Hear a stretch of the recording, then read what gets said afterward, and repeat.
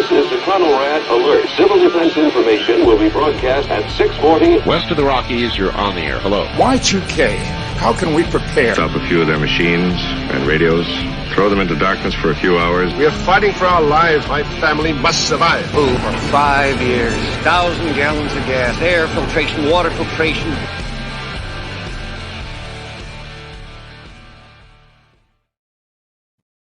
Coming at you from the frozen tundra that is East Central Alberta, Canada. Streaming live on YouTube, Facebook, Twitter, Twitch, Rumble, and Odyssey. Welcome back to the workshop where we create community, find freedom, promote preparedness, and share success. I am Toolman Tim. Today is December the 14th, 2023, and this is episode 409 of Workshop Radio. How are all my fellow delinquents out there? This evening is another installment of This Week in Prepping. We've got some Stranger Than Fiction section coming up. We're going to talk about everybody's favorite conspiracy theorist, Alex Jones. We're going to talk about a tornado. We're going to talk about bed bugs. We're going to talk about 5-minute bread.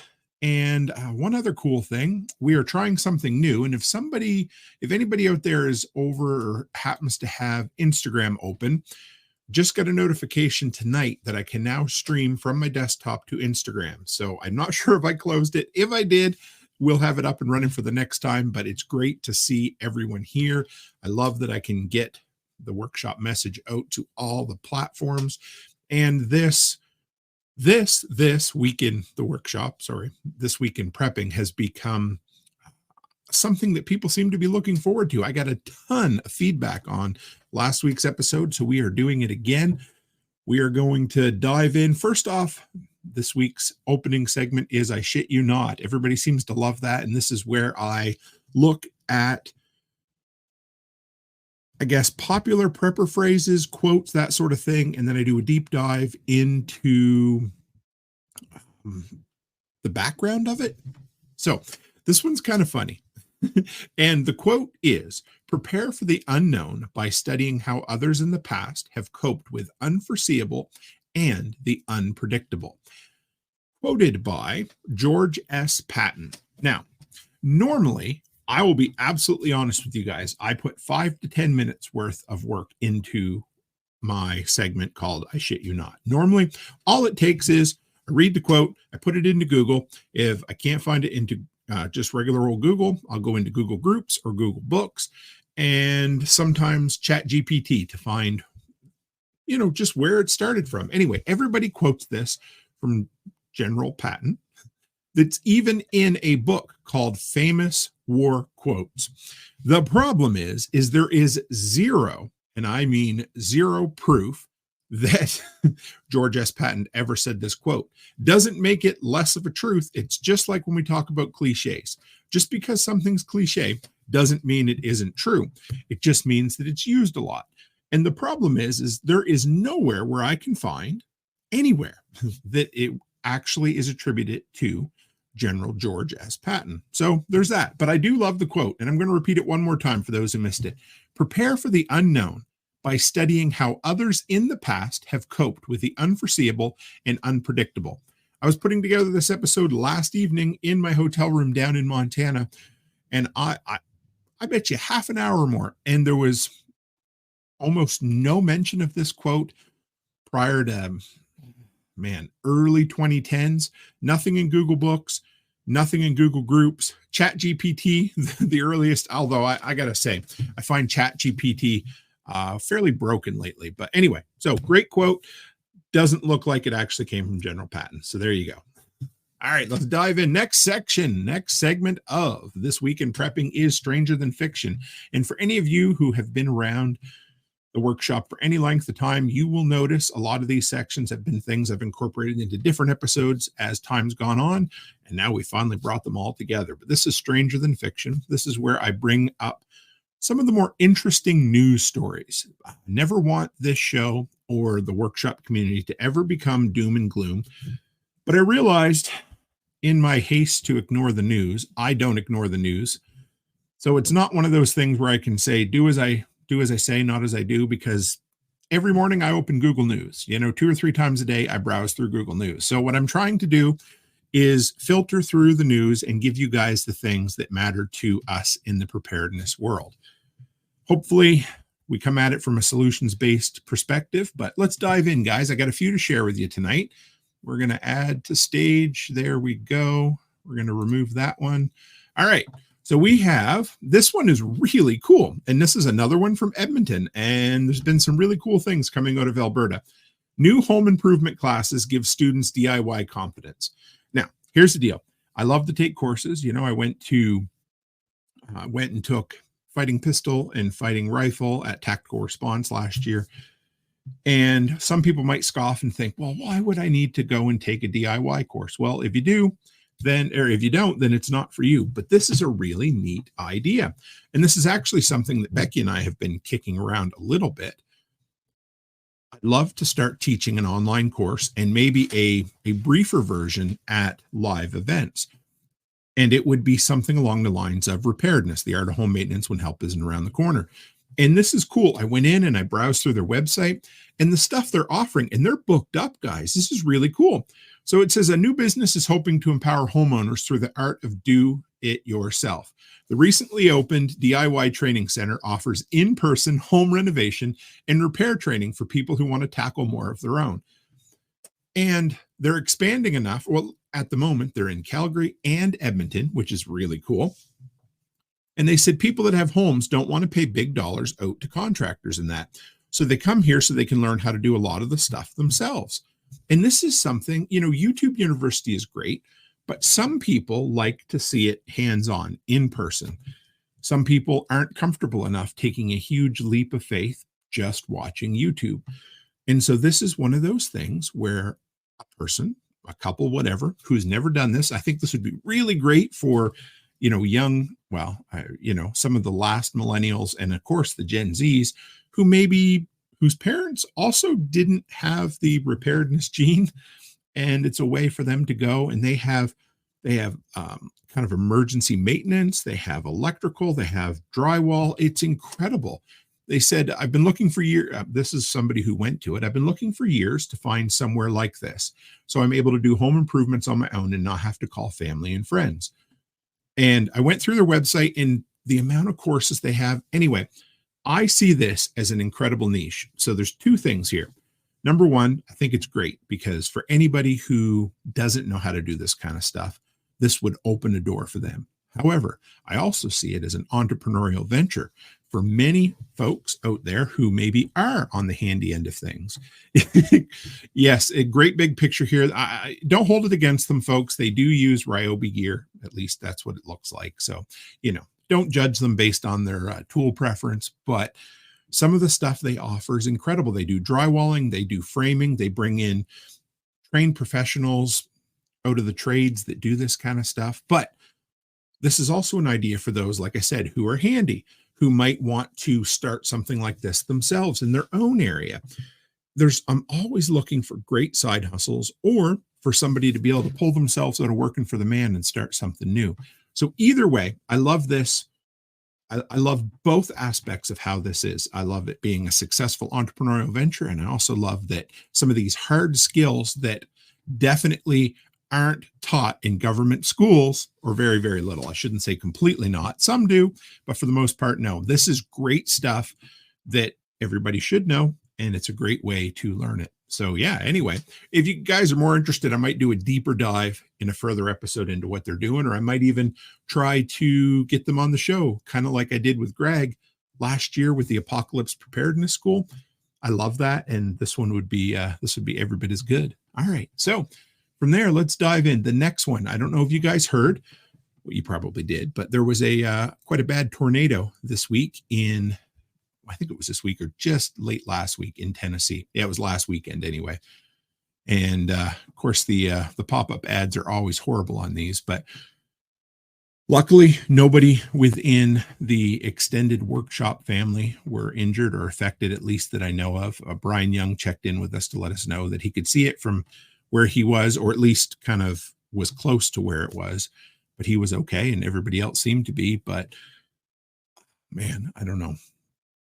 I wouldn't want to be living in a metropolis like this. And I wouldn't want to be anywhere. I've never never experienced a tornado, haven't even experienced like a tiny little tornado. We've had plow winds here on the prairies and things like that, but it was, yeah, I can imagine it was a bit of a scary instance for a few people, but thousands of Tennesseans are displaced or facing prolonged power outages after a series of powerful tornadoes and storms tore through the state over the weekend, shredding hundreds of homes and killing at least 6 people, including a mother and her toddler. And doing a little more digging on this, there was a map that they showed of the power poles that went. It was just this kind of line of power poles that were tore up by the tornadoes. Wasn't good, came through quick. I guess there was a few in the area, and some of the power outages. The reason I picked this story was there was by Tuesday. So this it happened on the weekend. So we're looking at 3 or 4 days at this point. There was still 9,000 people without power. So I ended up having peaked winds of 125 miles per hour, and it said a single tornado traveled nearly 43 miles from the Clarksville area in Montgomery County to Logan County, cutting a path of destruction across both counties. Schools were closed on Monday in Summer County, and in Montgomery County through Tuesday, the local districts announced. You know, for me, living in an area that... do we have tornadoes? Yes, we do in Alberta. Are they a huge risk? No, they're minuscule risk. But living in an area where they would, be more prone, of course, Tennessee. Martinson family said at least it wasn't a Sharknado. Very, very true. That could have been really bad. You'd have to be awfully close to the ocean for that.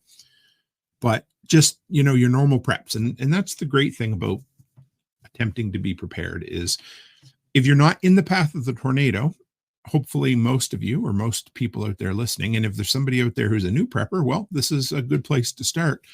But hopefully you've got, food and water and a power outage plan all set up. Hopefully you have somewhere to, safely hide or shelter in place if there is a tornado in your area. But just one of those things I wouldn't want to have to deal with. It said this one actually went through a major, I don't know if they call it a power plant or it was a substation. I don't want to get that incorrect for you folks, but it was not good. It was a bad situation. And I hated hearing about it, but I wanted to share it, let everybody know that it didn't seem like anyone in the workshop family or the LFTN or TSP community were affected that I know of. But if you're looking to help out, I'm sure there's places, you could donate or go and help. But honestly, the best way we can help is by not being a victim coming out of something like this. So being prepared going into any scenario is never a bad thing. So I don't know if you guys heard, this was an interesting story. I don't know. I wanted to share this. Love Alex Jones or hate him. I'm not the biggest fan in the world. I got to be honest. The dude's wrong more than he's right, but I'm sure he has some instances where he is. But either way, and no matter where you stand on Elon Musk, the fact that he was willing to reinstate Alex Jones on Twitter this week was a slight win for the side of free speech. I don't care what your message is. You have a right to say it. You may not. You may not like the consequences if somebody doesn't like what you say, but the fact that Elon Musk is a free speech absolutist, to me, well, I got to respect him for that. And I appreciate that that he's opened up X or Twitter or whatever the hell you want to call it to be an absolute free speech platform. And I like that. That's really all I wanted to touch on. So if you hadn't heard, there you go. He actually did a poll, which I thought was kind of funny. Close to 2 million votes were cast, and about 70% of people were in favor of Alex Jones' reinstatement. And Off-Grid Ping says, I personally think AJ is a CIA-controlled op. Well, here's the deal. They say a stopped clock is right twice a day, and it's true. You can holler and, whatever. I'm never going to judge anybody for listening to the dude where he does. But if you remember back to August, and everybody was saying lockdowns are coming in September, Joe Rogan said it. Well, Joe Rogan was copying what Alex Jones said. And Alex Jones, in his Alex Jones voice said, I have my connections. And so whatever you want to think of him, he's been right sometimes. He's been wrong a lot of time. But the dude deserves to be able to say what he wants to say. And, kudos or pat on the back to Elon Musk for reinstating the dude. That's all I can say. That's all I'm going to say about it. This one was kind of cool, guys. This was an odd, I have the Associated Press kind of app on my phone, and there's one segment on there for weird and strange news. And I thought this one was kind of cool. It's kind of an interesting scenario. This was actually from October. But the dude, it says a man trapped in jewelry vault overnight is freed when timer opens the chamber as scheduled. The guy worked for a jewelry, really high-end jewelry store in New York City. And he ended up going in. Apparently, I don't know if he had locked behind him or if it had an automatic timer. I would make sure, put a door block in there, or make sure you have some sort of process or procedure in place that would keep this from happening. Dude goes in, door locks behind him. Firefighters start busting through the cement after a few hours and discover the only way they're going to be able to do it is to start cutting with a torch. They figure they're going to do more damage than it's worth. They're going to make the interior of this vault not conducive to people being able to live in there, basically. So they're like, you know what, let's just wait. And honestly, sometimes the best thing you could do would be wait in a scenario like this. He had fresh air. It's not like he was going to, completely die of dehydration or lack of food in one evening. And One Step Closer said, man, I bet that turned into a messy situation. I bet it did too. So they basically started, there were some pictures from the story, but it was just interesting. It said fire and police personnel were in communication with the man inside the vault and could watch him on a security camera. I don't know. It would be fun, I guess, be locked in a security vault. I can't remember if it was jewelry. Yeah, it was jewelry anyway, but they said they were able to break through the vault's 30-inch steel reinforced concrete walls. The process was started to breach the wall at the vault, he said in a news conference at the scene. But after about 10 hours, the firefighters reached the steel plating and decided to hold off going any further. They'd basically spent the entire evening trying to break into something designed not to be broken into and decided to give up on it. I mean, beyond just making yourself a certain process and procedures to keep you from getting locked in, that's about all I would do there, but it would be fun. And yes, Chris Dixon says we got to clean up in Vault 1. That's very very true.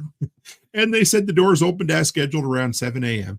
To be honest, if they knew they were going to open at 7 a.m., if anybody had sat there and did the math for just a minute at how long it would take to break through that wall, I think I probably would have just told the dude to sit still and not bother. Because there was, if you've seen, I think it was on TikTok, the guy was locked into an elevator and basically security just said, hey, just sit there. You'll be fine for a while. I'd have probably told the dude the same thing, maybe, offer him a good meal when he gets out or something. But it's not like his life was in danger. And honestly, like they said, they could have caused more grief by trying to break into it. And Rob DGAF says, sounds like somebody wanted to play with the jackhammer. Exactly. And I get it. Folks, whenever something bad is happening, some people are just action-oriented folk. And I'm sure some of these firefighters are like, we got to try to do something. And I get it. But sometimes the right thing is doing nothing. Just sit there and wait a little while. But yeah, anyway, the guy got out unscathed. I don't think he's going to be locking himself in the jewelry vault anytime soon. Now, this next one here, or Stranger Than Fiction, is as stranger than fiction as it possibly could be. I don't know if anybody heard this, and I'm no expert on cryptocurrency, but I do dabble on occasion. The headline for this story is, this Bitcoin miner is set to buy 4 Canadian power plants. The move allows Hut 8 to mine more BTC, which is Bitcoin for those who don't know, or power high-performance computer applications such as those related to artificial intelligence. So here's the deal. Basically, read into it a little bit. I believe these power stations are in Ontario, and they were going to end up going to bankruptcy court. So this Bitcoin company said, hey, we'll offer you a decent amount so that it doesn't need to go to auction or anything. And they bought it. So now, because for people who are mining crypto, it seems, the biggest expense is electricity or having utilities to run it. And these guys are actually flipping the table and saying, all right, guess what? We're going to buy the power generating stations themselves and control our own energy. I love it. I think it's a genius move. It's going to be interesting to see where it plays out. It sounds like in Canada, we have so many regulatory boards that love to get involved in things like this, but it sounds like it's basically been approved. So if you're looking, dig into this, guys, if you're interested in finding out a little bit more. But this is the first instance I've heard of any kind of crypto mining company actually buying the power supplying infrastructure behind it. I've heard of lots of stories in this area of Bitcoin miners hooking up to the natural gas wells or the natural gas flare stacks that are on a lot of oil well properties. But this is the first instance where it's actually a power generating plant. Kind of cool. Now, I got another instance of stranger than fiction that might make your skin crawl just a little bit. And this was the picture I picked for the thumbnail this week. And if I can get it to load, we'll be all set. But it is, have you guys heard about the bed bug infestation in Las Vegas? Not good. So there's a few things if you're wondering. If you go to a hotel and whether it has bed bugs or not, one of the things you can look for is kind of an orangish brown gunk around the edges of the sheets. There isn't a whole lot you can do because they're so damn small. But if you needed one more reason not to go to Las Vegas, folks, it's this one right here. But it said more bed bugs found at Las Vegas Strip. This has been an ongoing issue. This is a story from November, but it's only gotten worse recently. And they said thousands are expected to travel to Las Vegas, blah, blah, blah.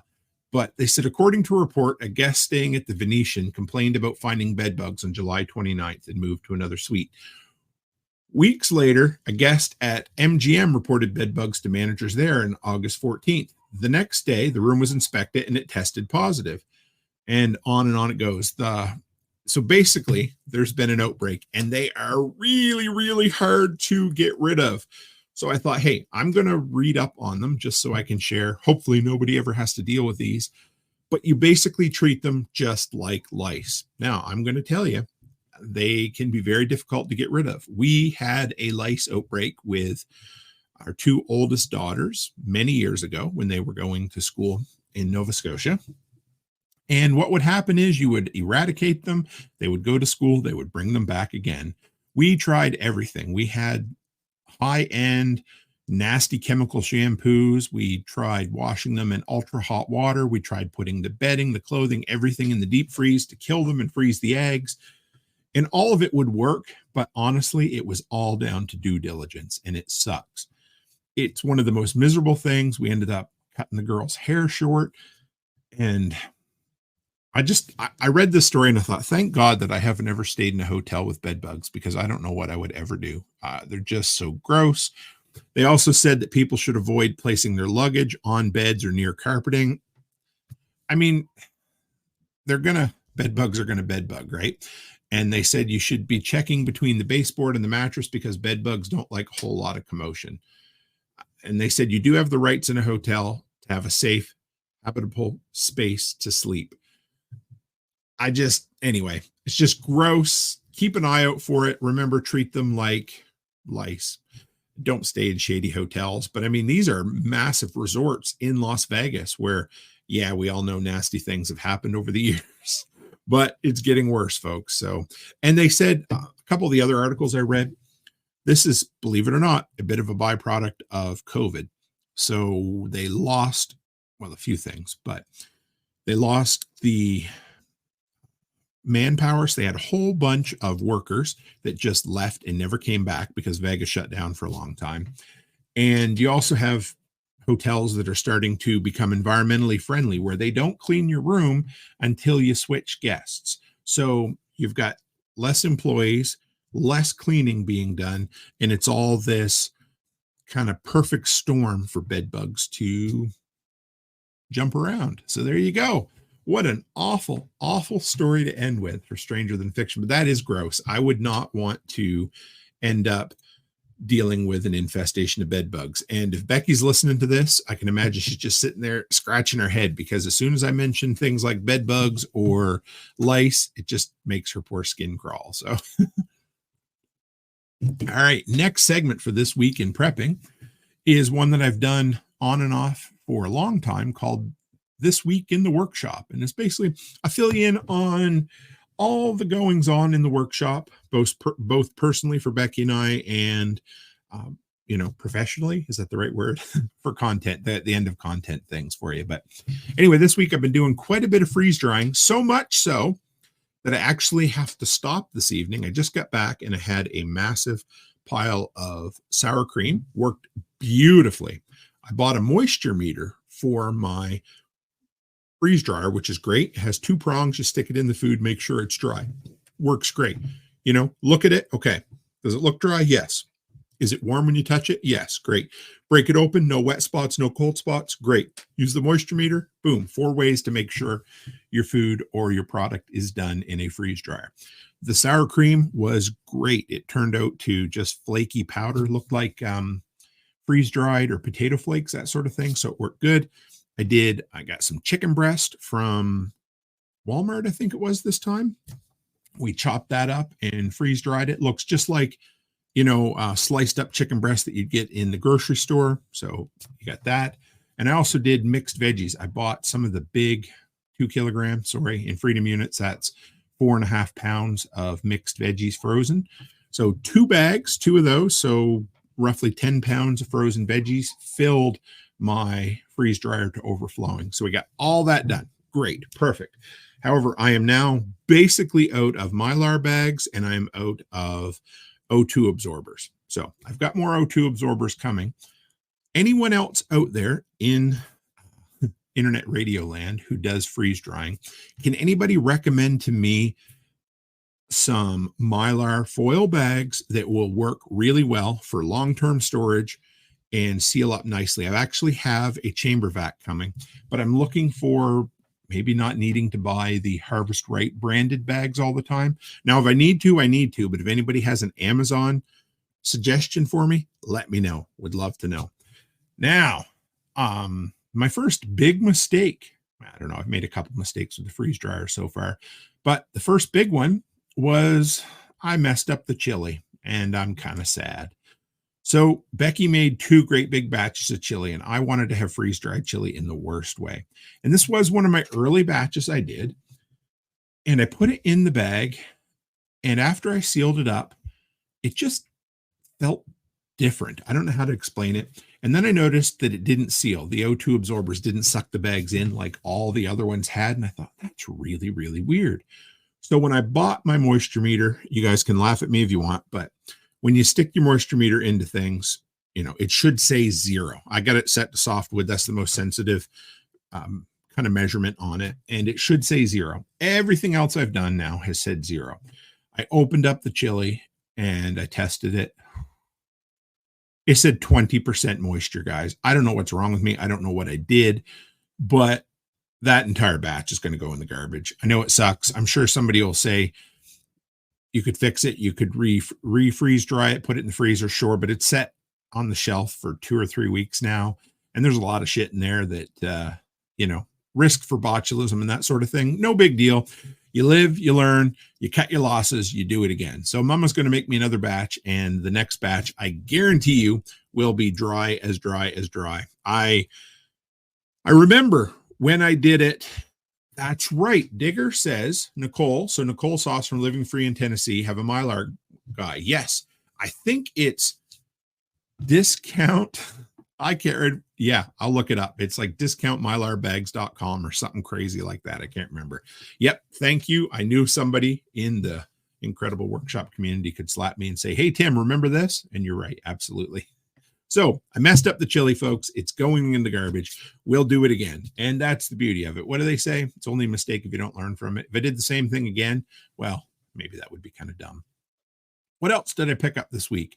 Whole bunch of sour cream for 82 cents for 500 milliliters. So little, yeah, they're not huge, but not the smallest ones either. So that would be 500 milliliters, what, 2/3 of a quart, something like that. We'll call it a half quart of sour cream. So bought 15 of those. Turned out I only needed 10 to fill my freeze dryer. I bought a ton of pork chops on clearance in the morning and a bunch of beef strips, I guess. So a couple of tips on that. Number one, the best time, and lots of you folks out there probably know this, but if there's somebody new out there just getting into prepping, the best time to buy clearance meat and anything perishable, first thing in the morning, of course, at least around here.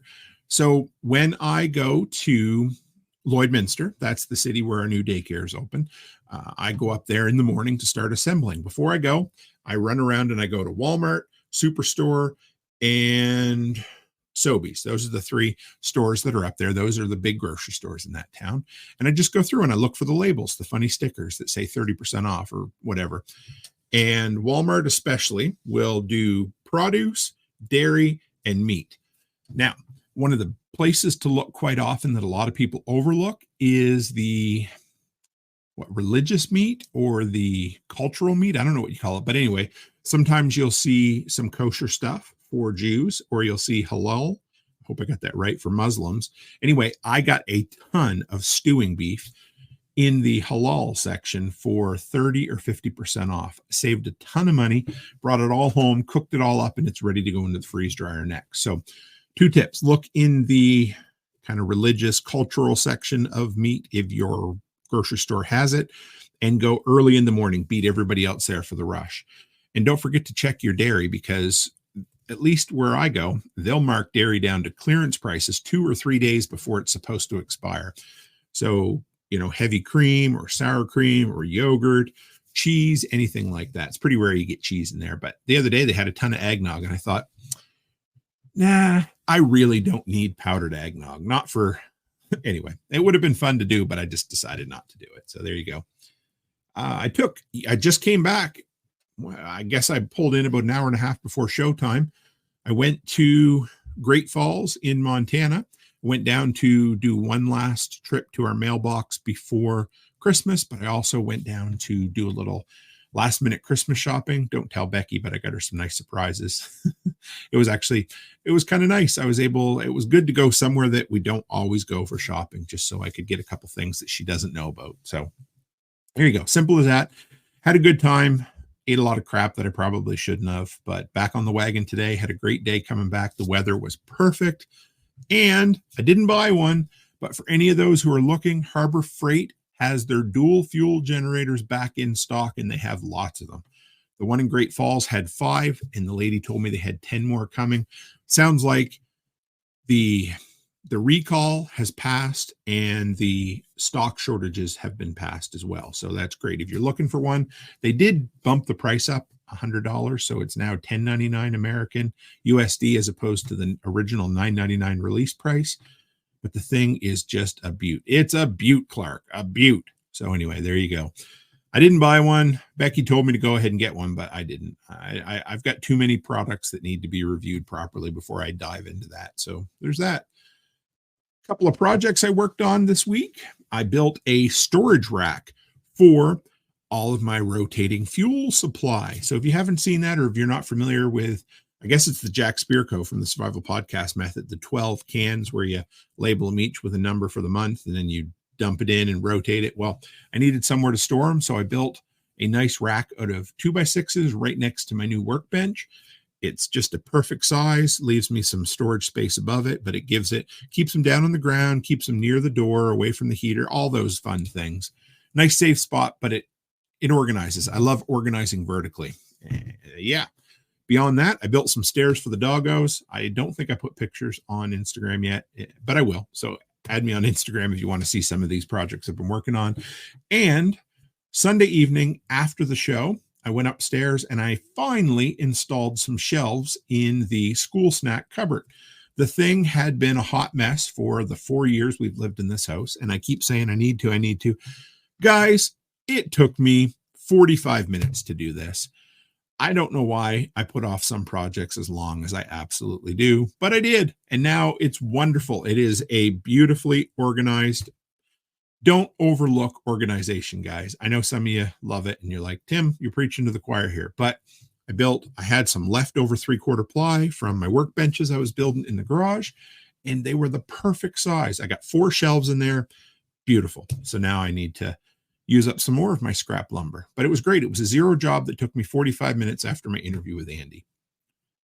Content this week, we had the top 10 Amazon products of the year. If you've watched that video, that's the third. Look at that. I put up 4 fingers. The third year in a row that I've done that. I have some awesome products. There was 3 in there that have been on the list every year for all 3 years. And if you wonder where I get the numbers for that, I base it off of, for those who don't know, one of my income streams from content creation is through Amazon affiliate links.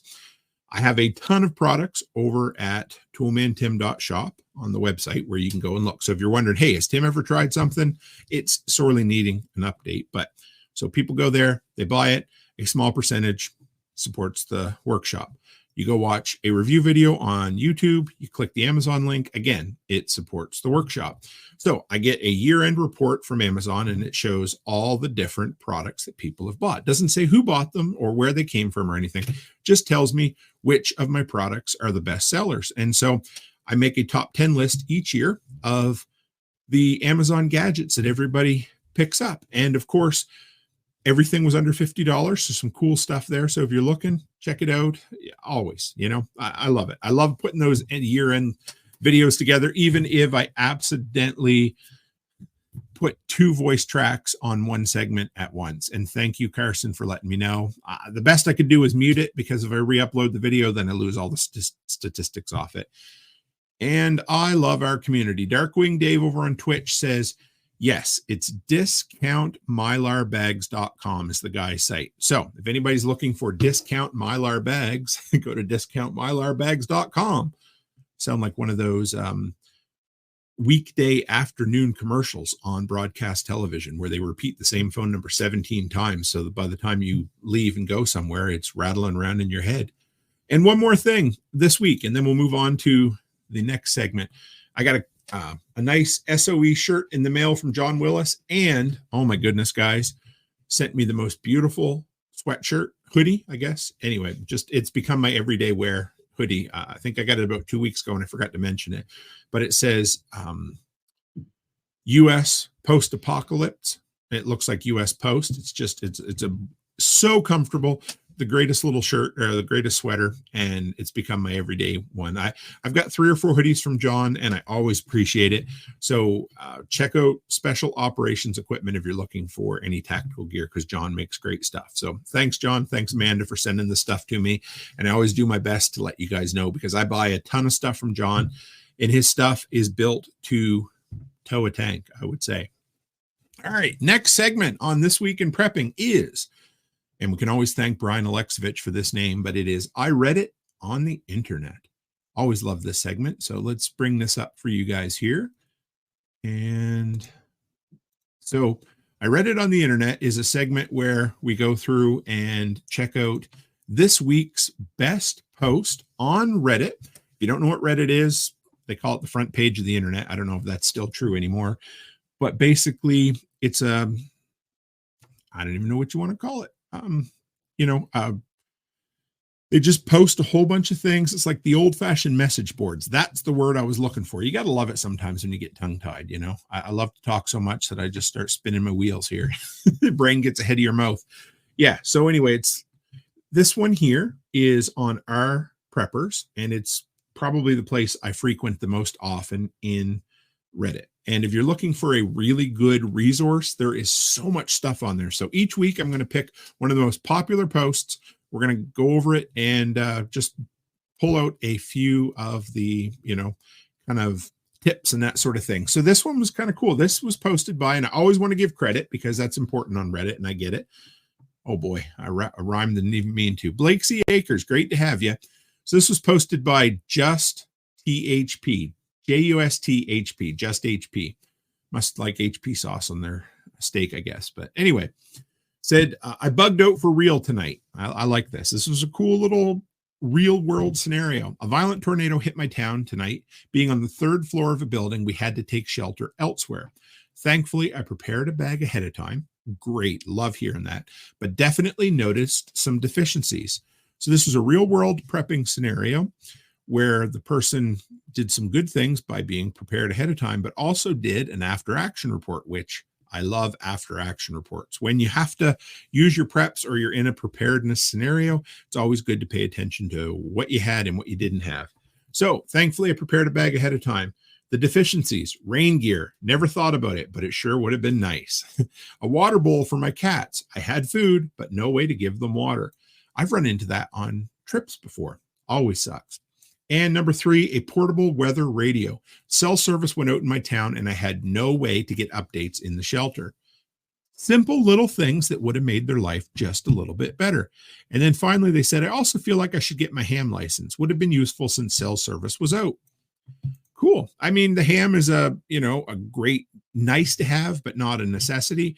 But a portable weather radio, a water bowl for their pets, and rain gear. All simple things that might easily be overlooked. They said, luckily, we're all okay. We were able to return to my place quickly, but homes were completely flattened a mile away from me. Certainly, I would have had bigger issues if we were unable to return to my home. Practice with your kits, people. Definitely making some changes to my bag after this. Cool. I love it. What a great way to share both their successes and their failures. And I do love Reddit or hate it.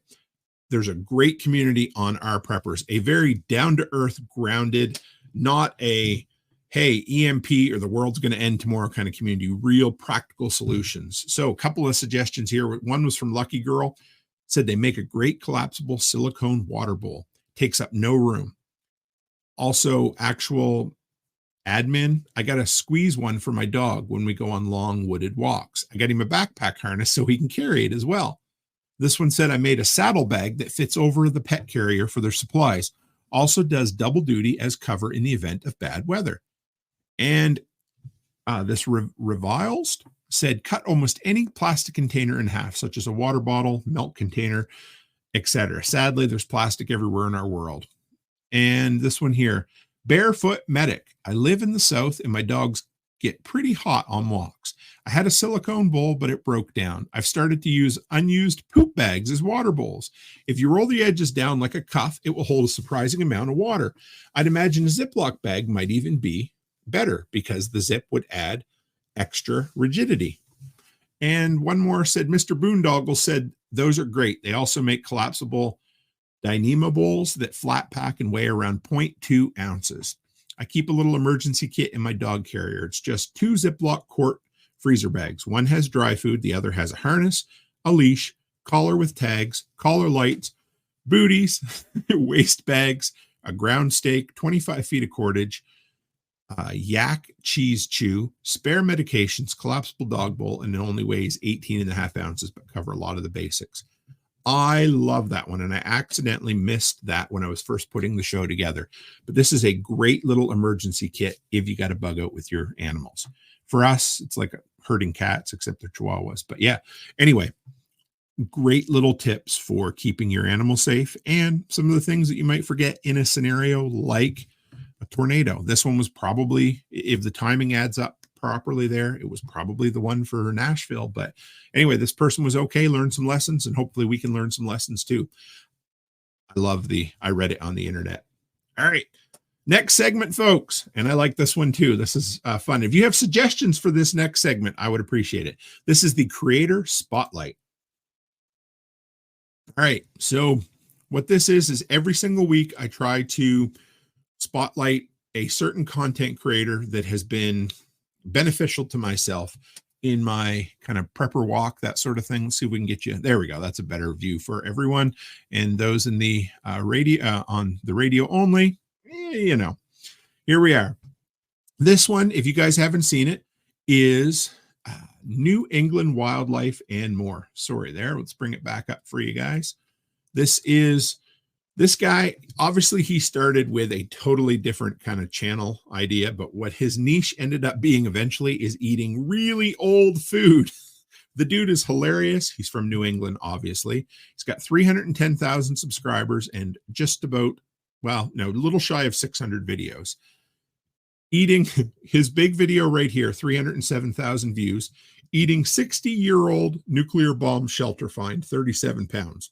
Now, you might say, Tim, why is this a good channel? Well, number one, it's highly entertaining. And in the evening when I'm laying in bed and I'm dozing off, sometimes I like to sit and watch some entertaining things. But beyond being entertained, what I really like is this dude is testing the absolute limits of shelf life for food. Things like I drank an 88-year-old penny drink from 1936, or eating the oldest popcorn ever from 1910. How about I eat 40-year-old hash browns from 1978? Beyond being entertained, and I love this channel. What I like more than that is how much he shows the absolute dead limits for food. And he's eaten things that have had weevils in them, or he's come close to eating things with weevils in them, but he's eaten things that are absolutely gross. This is some of the stuff that at the worst case scenario, after months or years post-collapse, these would be the type of things that folks would be eating. Or, it sucks, but sometimes he doesn't, though. Opening and testing 85-year-old cream corn. But it's just a really, really good way of knowing what the actual, shelf-stable expiration or expected dates for still good would be. Interesting. I like the guy. Plus, he's hilarious. All right, next we have, let's see if we can bring this up here for you. This is Workshop Wasteland, and I told you guys the story before, but this is where I take a look at post-apocalyptic dystopian media in the prepper sphere. A lot of us are big into audiobooks. Some of us are video gamers. Everybody's looking for a good movie once in a while. And I thought, hey, you know what? I got 3 things to share with you this week. Some interesting stuff. Sometimes there'll be nothing, and then other times there'll be all kinds. And I don't know if you guys heard about this. This could have been just as easily in the news, but it was the day before. And if anybody heard about it, I think I talked about it quickly last week. This was supposed to be an incredible zombie video game. But what it ended up being was an absolute debacle. So this was a game that was advertised on Steam, which is a place where you can buy PC games. They released footage, supposed gameplay footage, for months or maybe even years ahead of time, showing how good it was going to be. And when it was released, it wasn't 10% as good as it was supposed to be. It wasn't just broken. It was just a 100% piece of shit. I'm not completely sure what went on here, other than the fact that it almost looks like the company was trying to scam people. They made millions of dollars in the first couple of days of sales, and then I believe it was Steam shut it down. It looks like the company's not going to get any of the money, but the company is. They pulled the game, and they're going. The main thing about this is the fact that the post-apocalyptic genre is a virtual treasure trove of money to be made, and game developers know it. The problem is this looks like it ended up being a complete scam, basically another piece of vaporware. If you don't know that term, games or programs that were supposed to exist that never really do. So I don't know exactly what happened, but just something to hear. I thought you guys would be interested. There's always some schemy type people in all walks of life, and this was another one. Now, though, this one here, guys, this one is cool. I don't know if anybody's seen it, but Alex Garland, he wrote 28 Days Later, Ex Machina. He's got a few movies that I love his take on things. Coming from Hollywood, he is what he is. But this movie here, Alex Garland, Civil War, gets a gripping first trailer. If you folks, I can't show it because if I do, I'll get a copyright strike. But if you're looking for pretty interesting entertainment right here, this one. And I don't know if it comes out. Anyway, it is A24 is a prestige movie label. They spend a lot of money. They have some really good horror movies, but they just like to make strange movies in general. But they've always stuck to low budget films. Not this time. This is one by, Annihilation. So he did Ex Machina, Annihilation, and 28 Days Later. All 3, 28 Days Later and Ex Machina are 2 of my favorite movies. And Annihilation was a great sci-fi, trippy horror film with Natalie Portman. Anyway, but this really good 2.5-minute trailer. I think it would have made a really good kind of HBO show, but this is just a film they're doing, and it has a $75 million budget. That's like 75 times what a lot of their budgets are. And it's basically a modern, I don't know if he did this on purpose, and you guys can laugh, but I think it's like 13 or 14 of the states decide to secede, and they have a ton of technology. And this is a modern day breakup of the United States. It looks really interesting. They don't tell a lot in the trailer, other than the fact, and this is where it goes into complete craziness, Texas and California decide to secede together. I have no idea why. All of a sudden, everybody's like, I ain't watching it because of that. My guess is it was done so that it wouldn't alienate the right or the left. I don't know. Really interesting. I cannot wait to see it. It's got Nick Offerman in it.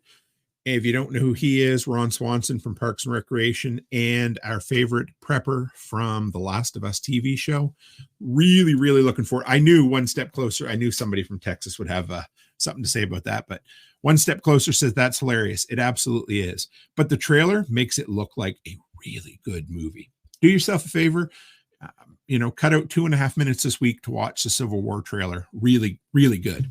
Now, the one that I really came for was I wanted to, there we go. Let me bring you back up here.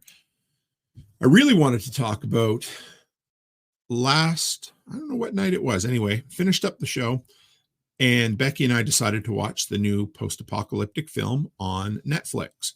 And it was called Leave the World Behind. They had a killer cast, and I'm going to give you my review, spoiler-free review. But if you are looking for a good apocalyptic, kind of dystopian new film, you could do worse. Netflix really loves these disaster films to put out at Christmas time. Last year, I believe it was Don't Look Up. The year before, it might have been Bird Box. They know, Netflix knows their audience. These are popcorn fare that like to pretend they're deeper than they are. They're kind of satirical. They're all over the top. Anyway, Leave the World Behind. I read the book. I found it on a list last summer.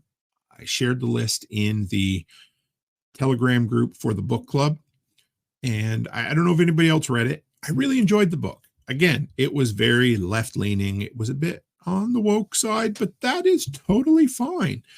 And it was, anyway, doesn't matter where that is, but I want to give you this. But before I get into it, I want to share this. I haven't seen this yet. Chicken Hawk Farmstead, great to have you, brother, said Twisted Metal on Peacock is awesome. I haven't seen it, but I've heard really good things about a show based on crazy, I don't even know. I never played the video game, but the TV show is supposed to be really good. So if anybody's looking for it, Chicken Hawk shares his thoughts on it. So thank you, brother. All right. So my review, my thoughts on Leave the World Behind. Lots of prepper themes, tons. So a few of them that it deals with: cyber attack, underground bunkers, needing first aid, always somebody who is, injured and there's some real urgency behind it. No problem. Gathering intel, driving around, chatting with people. The entire movie plays like a bit of prepper porn, but if it were written by Hollywood. Anyway, doing the right thing could get you killed. Another thought that's in a ton of post-apocalyptic fiction, but it was there. And then the entire idea of misinformation, intentional or unintentional. All of those themes play a big part in Leave the World Behind. Now, there is a prepper in the book or in the movie. There was one in the book as well. In the movie, it's played by Kevin Bacon. He's played slightly more different. Boy, that was a mouthful. Anyway, he's played differently than in the book, but he is a guy that is designed to add exposition to the movie. He is your typical, I wouldn't say completely crazy, but definitely your typical Hollywood prepper. Enough said. Now, here are what I want to share about this. Number one, the film tries way, way too hard to be Hitchcockian or M. Night Shyamalanian. Just way too hard. If you guys, I don't want to get too geeky, but a Dutch tilt. So in movies, when the character or the setting is off kilter a bit, they'll literally put the camera off kilter. So it could be just a few degrees, or it could be like in a Space Odyssey 2000, where they do a full rotation of the camera. Either way, the movie tries a bit to be more than what it should be. That's all there is. That's all I can say about that. It just, there's so many weird camera angles. It's off-putting a bit, and that was intentional. No worries. It feels like Stepford Wives. So if you guys have ever seen the film Stepford Wives, which again is satire, it's almost comedic, but everybody is just hyper realistic. The dialogue's hyper realistic. The filming style is hyper realistic, and the acting is a bit over the top. All done intentionally. It somewhat suits the film, but here's the problem I come up with Netflix films quite often, and I don't want to be too harsh on this movie because it is what it was. But quite often, the movies try to be deeper than what they are, or they think they're deeper than what they are. And I got a whole bunch of comments in the audience here that we'll get to in a minute. So they put it out like it's this really, really deep movie. There was all these articles, ending explained, or the secret meaning behind Leave the World Behind explained. And I'm like, if you didn't understand that after watching this movie, I don't think I can help you. But the entire theme of the film is modern society obsession with entertainment, or the escapism of entertainment. And people thought, oh, it's funny because they're bashing Netflix or whatever. Take it for what it is. It's a cool theme. I don't hate it at all. The CGI was top notch. There's a ton of really close-up shots of CGI deer that look great. They look nothing like the CGI in a lot of other films. So there was some real detail there because, man, there has been some shitty CGI in movies lately. They did something with Teslas in this movie that I had never seen done in film before. I don't want to spoil it because it was definitely different than what happens in the book, and I really, really liked it. Now, another negative, everybody speaks in cliches, and I get it. It's the type of film it's supposed to be, but everybody is consistently speaking in, how do you want to put it? One sentence, I don't know, like blurbs. So here it is, a few of them. A bunch of lines I wrote down as I was watching it because I'm like, I got to give you guys a review of this film. I'm nostalgic for a time that never existed. The quiet is so noisy. You got to read deeper than page 1 of the papers. And if you're not paranoid now, it's too late. People don't talk like that in real life. It's the equivalent of in a cartoon when, Nelson comes to tell Bart something in The Simpsons, and he's like, I can't explain it to you. I got to show you. And then they spend the next 30 seconds running to see it when he could have told him the whole way there. People don't talk like that in real life. I get it. This is a hyper-realized or hyper-realistic film. That's okay. All right. So my rating for Leave the World Behind is a 3 out of 5 stars. Not horrible, very entertaining. Here's the deal. If I hadn't have read the book beforehand, I probably would have given the movie a 3.5 or a 4 out of 5. I couldn't help the fact that I watched the entire thing thinking, this is different than the book. This is different than the book. The movie beats you over the head with its symbolism and its supposed deeper meaning. That's okay. But it is a really entertaining apocalyptic film that, again, if I'd have read it, here's the problem, I think, is where I fall on Leave the World Behind. The purpose, the principle, the philosophy, all of it behind the movie felt cheap compared to what was in the book. The book is ambiguous. There's really no explanation. You don't know what's happening. You're not sure. Is it? Anyway, I don't want to ruin anything, but the movie makes it abundantly clear what is happening, why it's happening, and how it's happening. None of that's in the book. Maybe I like something a little more ambiguous, but 3 out of 5 is my rating for Leave the World Behind. Hardway Homestead, Alaska says, Donut says the Civil War movie has a lot of secret codes from the rulers of the planet. Interesting. Tons of secret codes in Leave the World Behind. And Dixon said, we watched Leave the World Behind again after the initial watch. It's not too bad. It's entertaining. It's fun. There's some prepper lessons in it. It's not nearly as deep as it lets on that it is. It thinks it's a smarter film than it is. Let's put it that way. It's popcorn fare. It's typical Netflix holiday movies that have a big budget and think they're deeper than they are. Let's leave it at that. Dixon says the executive producers are the Obamas. So yeah, exactly. And Off Grid Ping says the secret meaning for me was the very end. And again, it was, so there's a young girl in the movie who is obsessed with a certain TV show. And she continuously comes back and says it over and over again, that she's missing out her stories or she can't watch it because of whatever happened. And so there's that, whatever. Anyway, liked it, didn't love it. But as I watch these films, I'm going to put them, you know, as a new one comes out, TV shows, that sort of thing, I'm going to incorporate my reviews, my thoughts on it in this show. All right, next segment of This Week in Prepping is Cookbook of the Collapse. Last week was the very first segment of that, and I shared my grandmother, my girl's great-grandmother, my kid's great-grandmother, Glenna's bread recipe.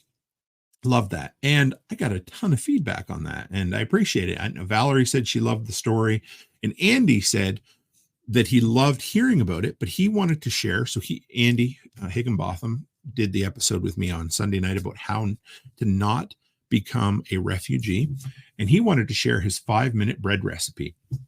So I want to bring that up for you real quick here, guys. And I think I've got it saved here. It's a no kneading bread, and it is, here we go. 5 minutes a day to have fresh bread. So I put the link to this in tonight's description. If you're listening to this in audio, it'll be there as well. And it's basically just a very simple bread recipe that, again, here it is. This no-knead 5-minute artisan bread explains how to make homemade bread in just 5 minutes a day without fuss. Quick, easy, rustic, entirely doable, even by novices, and the best bread you'll ever bake. Jump to the recipe. I love when they put, I know everybody, it's such a cliche, but oh my goodness, I cannot stand going to a recipe site and then needing to read why they did it during an eclipse or something. So 3 cups water, cups lukewarm, 1 tablespoon yeast, 1 to 1.5 tablespoons of kosher or coarse salt, and 6.5 cups of unbleached flour, and cornmeal is optional. That's all there is to it. So I saved that link tonight. Now, here's the thing. The reason I'm going to bring this back up, because I got a little bit of audio playing in the background. The reason I brought this up is that I would really like from you guys, I would like submissions for Cookbook of the Collapse. Every week, I'm going to share a recipe. Now, what are the requirements? Not a whole lot. They just need to be relatively easy.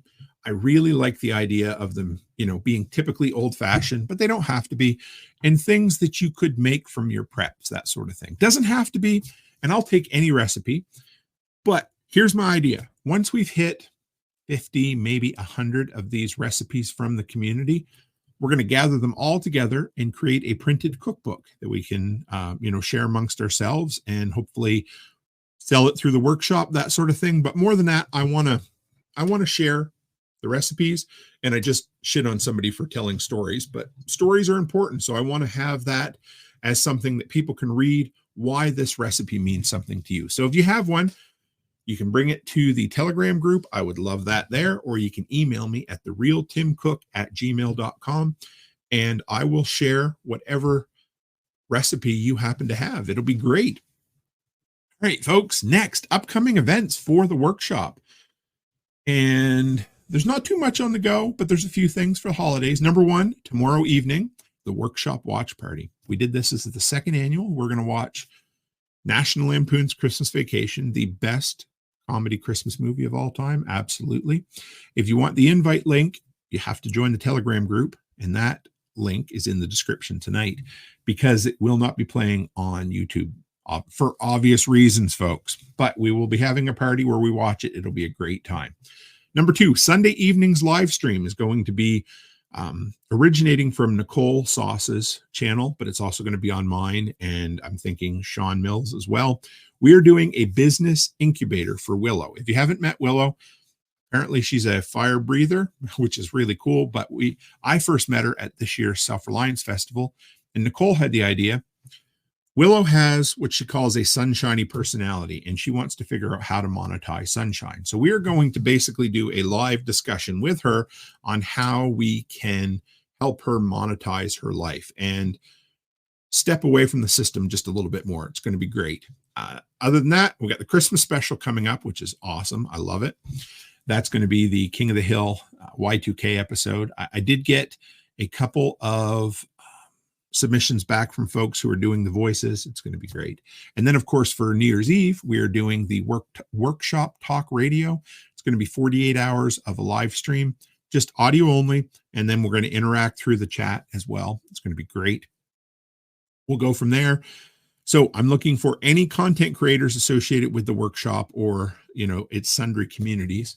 If you'd like to send me whatever your favorite show of yours or your favorite piece of content this year was, I will include it in the live stream. It'll be great. I love it. It was a real fun way to celebrate tons of creators in our community. Looking forward to it. And last segment of the day, for lack of a better name, and maybe we'll come up with something better, is the community feedback section. I got a bunch, and I want to share some stuff with you folks. Number one, first off, in our community, I'm not going to name names, but there was a gentleman who I know who had a natural gas outage in their community. They were well prepared to handle it, but lots of people in their community were not. And I talk about the resiliency of the natural gas grid, and it really is. However, this instance, somebody was digging with an excavator or something like that and punctured a hole, and everybody in the community, or a significant portion, lost their natural gas. Lots of folks didn't have a backup way to heat. Some didn't have a backup way to cook. Oh my goodness. And the biggest comments that I got from this person who dealt with a couple of things. But number one was, we talk about it all the time, but holy cow, are people unprepared. Beyond being unprepared, a metric shit ton of these folks had no idea how to relight their hot water tanks, how to relight their furnaces. I just was blown out of the water. Most of them were waiting for the natural gas company to come and do it for them. However, because this person I know does not hate money, they offered their services to the folks for a fee and went around and relit a whole bunch of items for folks and made a good bunch of pocket change. Had to make hay while the sun shined, and they were tired when they were done, but a really cool story to share. And they shared the gospel of preparedness with a few people, and most folks didn't seem too interested in worrying about it. But it's unreal how quick shit can go sideways. And I know here in Alberta, if that happens in our town and it's minus 40, it could mean the difference between life and death. But why not have a few backup measures in place? And this person mentioned about turning on their electric range to heat up spaces, turning on the dryer if you have an electric dryer, because a lot of times the power's okay, but the gas isn't, and that sort of thing. It blew my mind, folks. And it's true. And they walk among us, right? Everybody, but it's our job to help, hopefully help people, or, do the best we can. And more than that, educate folks, hey? Because my goodness, the people who can't relight the furnace, can't relight the water heater. And if you're one of them, that's okay. There's no shame in it. Ask. Any one of us will help you if we can. And if not, go on Google and figure it out. Watch a video and figure it out, because I promise you, the time to learn how to relight your water heater or your furnace is not when the wind's blowing and it's, how late would it be? Doesn't matter. Anyway, that's not the time. The time to do it is on a warm, sunny summer afternoon. Liberty Late Night. Great to see you. I love those folks. We gotta do something together again sometime soon. So anyway, always good. Always drink a little too much whenever I go on their show. All right. And then, excuse me, but I need to read a few things off my phone here because I didn't have time to move them over into my notes. But these were some of the community feedback I got, and there were a ton. So if you guys aren't on Fountain, I enjoy Fountain. I still use the app. It's a great way to support the creators that you like, a way to give them sats or little pieces of Bitcoin for the content they create. But over there, you can send boostograms, which are comments linked to your tip on Fountain. I love them. All right. So these are a bunch I got, and they're almost all around these This Week in Prepping show, and I love doing it. So this one comes from Dan. He says, I'm loving these shows and the variety of topics. Keep them coming, please. That was for episode 407, This Week in Prepping. Also for 407, North Star Chris. Great episode. Really wish I had the time to participate more. Well, you know what? You took the time to send that, and these type of comments mean so much to me, folks. I love them. One of these comments is worth 10 or 30 comments on YouTube of, dude, you're ugly, or dude, your lighting's bad, or dude, whatever. Anyway, you know what I'm saying, right? No, I'm just kidding. Anyway, but I love getting these things. This one came from somebody called Bitcoin Plus Food. Salt, sugar, flour. Can't recall the last time I bought or cooked with any of these. These aren't staples in my veggie keto house. Veggie, spices, olive oil, almonds, eggs, wine, cheese, some doesn't fit the meat eating agenda, but is all homemade, and it makes you as fit as a bastard from Spain. I liked hearing that. That was a great one to hear. Next one came from Bad Career Advice. There's a local cookie shop that uses fully refined sugar, and I can't eat there. I can literally taste refined sugar, and it's awful. This is a funny comment. It says, yes, I'm writing this with a pinky in the air, and yes, I have more curse words than a soccer playing turned celebrity chef to say about this. I appreciate it. And that was from, those last two comments came from episode 402, This Week in Prepping, from the week before.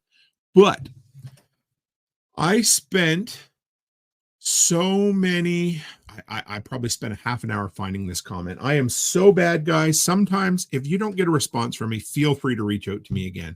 Earlier this week, somebody messaged me.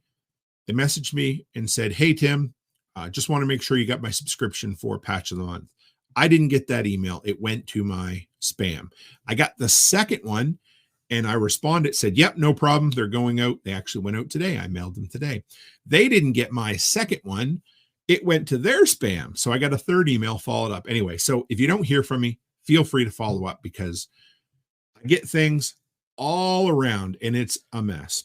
And so anyway, I got this message from Rich, and it's a great message, and it shows that advertising works also. But I didn't earmark it or favorite it or whatever you want to call it as soon as it came in. And I had to look across about 10 platforms tonight to find this, but I wanted to share it with you, and it was really cool. This one comes from Rich. He says, hey, Tim, I love your podcast. I found you through the Survival Podcast.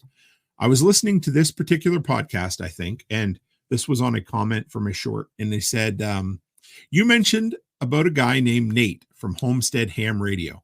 I'm having a hard time finding his podcast. Would you be able to help provide a bit more detail? I loved it.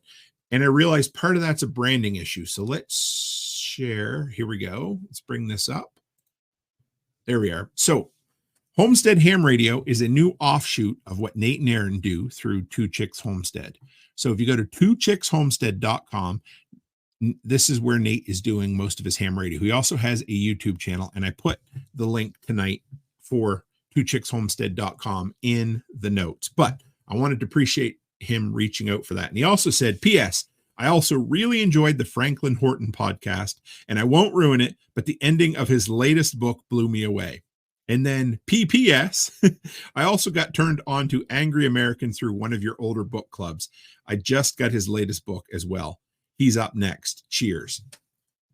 Folks, I love hearing comments like that. That means that, I know that all the work that I put out there is appreciated. But more than that, I appreciate hearing back from you guys. So number one, thanks for reaching out, because you had a question and I wasn't clear about Nate and Aaron's other business through Two Chicks Homestead. So there's the link for those. And I love hearing that you found an author through the book club. And I love hearing that you appreciate some of the shows. So thank you guys. I love it. Keep the feedback coming. I want to be able to share it as much as I can across the board with you. So what am I looking for? We're going to be doing this show weekly for the most part. I love this week in prepping.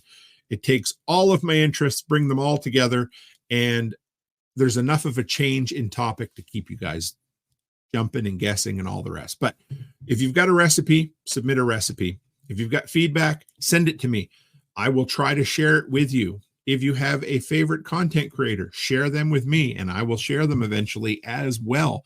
Or if you find cool news stories that you're like, you know what, that would really, really fit into the Stranger Than Fiction section, Tim should share it, send that along as well. I would love it. But beyond that, guys, I already told you what's coming up this week. I appreciate the hell out of you. I thank you so much for being crazy delinquents just like I am. And don't forget, tomorrow night, join the Telegram group. Tomorrow, I will post the live link for the workshop watch party. It's going to be great. I love it. So hang in there till tomorrow night. We'll get together. We'll drink some bourbon. We'll laugh at Clark W. Griswold and all his shenanigans. And folks, as always, you know the routine. Stay happy, stay healthy, and have a great week.